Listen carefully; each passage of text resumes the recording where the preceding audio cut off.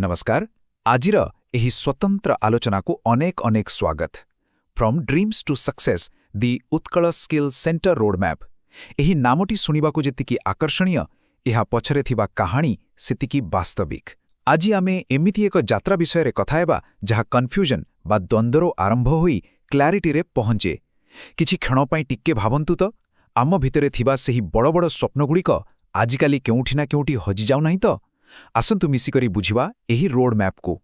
अच्छा आसंतु सीधा सड़क एही विषय भितर को जिबा। एबेकार समय रे युवपीढ़ी आखिरे स्वप्न तो अनेक अछि किंतु गोटे बड़ समस्या हेउछि सोशल मीडिया रो एही प्रचंड कोलाहल एते मात्रा रे घृणा नेगेटिविटी एवं डिजिटल डाइवर्जन अछि जे भलो किछि करिवार इच्छा भी सेही स्क्रोलिंग भितरे केउठी हजि जाउछि लागुछि जेमति आम निज भितरर स्वर को एही बाहरर शब्द चापी देउछि। प्रथम विभाग दि नॉइज ऑफ डिस्ट्रैक्शन बा डाइवर्शन रो कोलार एठारे आकांक्षा एवं वास्तवता भितरे थिबा तफातटा को टिके ध्यान दियंतु। समस्तंकर बहुत बड़ लक्ष्य अछि किए डाक्टर हेबो किए इंजीनियर तो किए जणे सफल कंटेंट क्रिएटर किंतु वास्तवता कोन वास्तवता हेला इंटरनेट रे बसी सर्च करा जाउछि सफल केमती हेबे अथच पढ़िवा को बसिले आदो फोकस रहुनी। एहा हेउछि एक बहुत साधारण समस्या अर्थात क्लैरिटीर संपूर्ण अभाव। द्वितीय विभाग फाइंडिंग ट्रू क्लैरिटी बा प्रकृत स्पष्टतार संधान। एही स्लाइड रे सबुठारो मजादार कथा हेउछि एही गोटिए छोट किंतु शक्तिशाली प्रश्न प्रकृत लक्ष्य कोन। जेतेबेले जणे विद्यार्थी मोबाइल थोई देई निजको गोटिए मुहूर्त अटकाई ए प्रश्न पचारे ना ठीक सेही ठारो ही तार सफलतार असल यात्रा आरंभ हो जाए। जीवन रे एही उद्देश्य पाइबार रास्ता मुख्यतः तीनोटी सोपान रे अछि। प्रथमे निजर चूड़ांत लक्ष्य को चिन्हट करिबा, द्वितीय बुझिबा जे काहेकि सेही रास्ता को बछा जाइछि एवं तृतीय आगु को बढ़िबा। एही काहेकि रे उत्तर पाइबा जीवन रे निहाती दरकार कारण एहा बिना प्रकृत क्लैरिटी केबे भी आसीबो नाही। तृतीय विभाग दि उत्कल स्किल रोड मैप। वर्तमान एही रोड मैप विषय रे जानिबा। उत्कल स्किल सेंटर एहा एमिति एक जागा जोंठरे छात्र छात्री माने केवल बही पढ़िबाकू आसंती नाही सेमाने एठारे मॉडर्न स्किल्स फोकस एवं कठोर श्रृंखला शिखंती।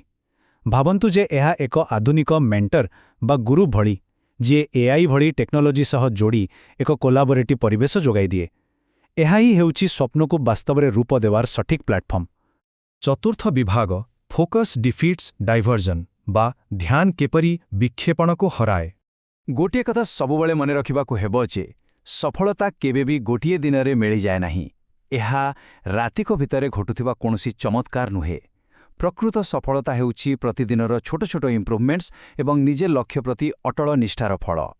आसंतु आगुकू बढ़िबा एवं देखिबा किपरि एहा आमुकू प्रस्तुत करे। एही डेली ग्राइंड बा दैनंदिन परिश्रमर तालिकाटाकू टिके देखंतु। सकाळु शीघ्र उठिबा, पढ़िबा बेले मोबाइल फोन को पूरापूरी दूरे रखिबा, निज हाथ रे विस्तृत नोट्स बनेबा, ऑनलाइन क्लास करिबा, ता सह speaking skill coding video editing एवं एआई टूल शिखिबा।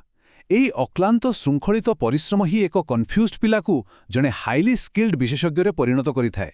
एही दुईटी चित्र भितरे थिबा प्रभेदकू टिके भल करी लक्ष्य करंतु।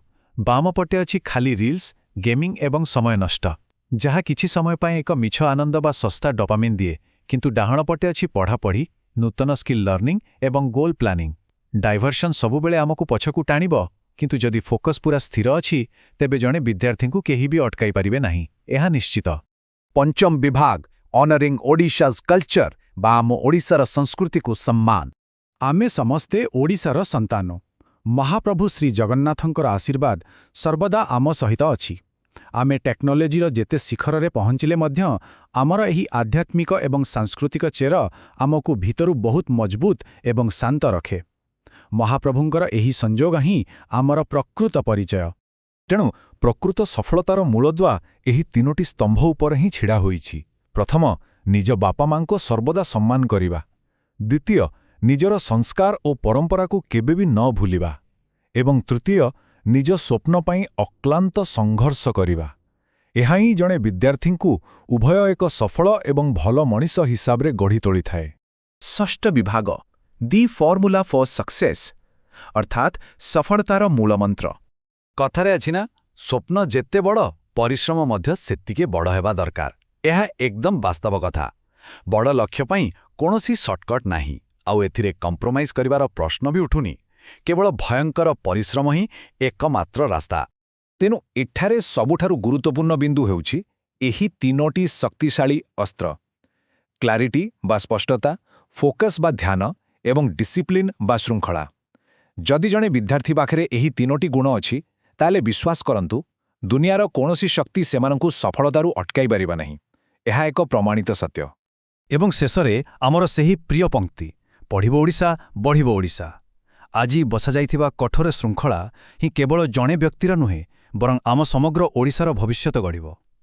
ଆମେ ନିଜେ କିଭଳି ଶୃଙ୍ଖଳା ବାଛୁଛୁ, ତାହା ହିଁ ସ୍ଥିର କରିବ ଆମର ଆସନ୍ତାକାଲି କେମିତି ହେବ। ଏହି ଆଲୋଚନାରେ ସାମିଲ ହୋଇଥିବାରୁ ଅନେକ ଅନେକ ଧନ୍ୟବାଦ। ଆସନ୍ତୁ ସମ୍ପୂର୍ଣ୍ଣ ଫୋକସ୍ ସହ ଆଗକୁ ବଢ଼ିବା ଏବଂ ସ୍ୱପ୍ନକୁ ବାସ୍ତବତାର ରୂପ ଦେବା।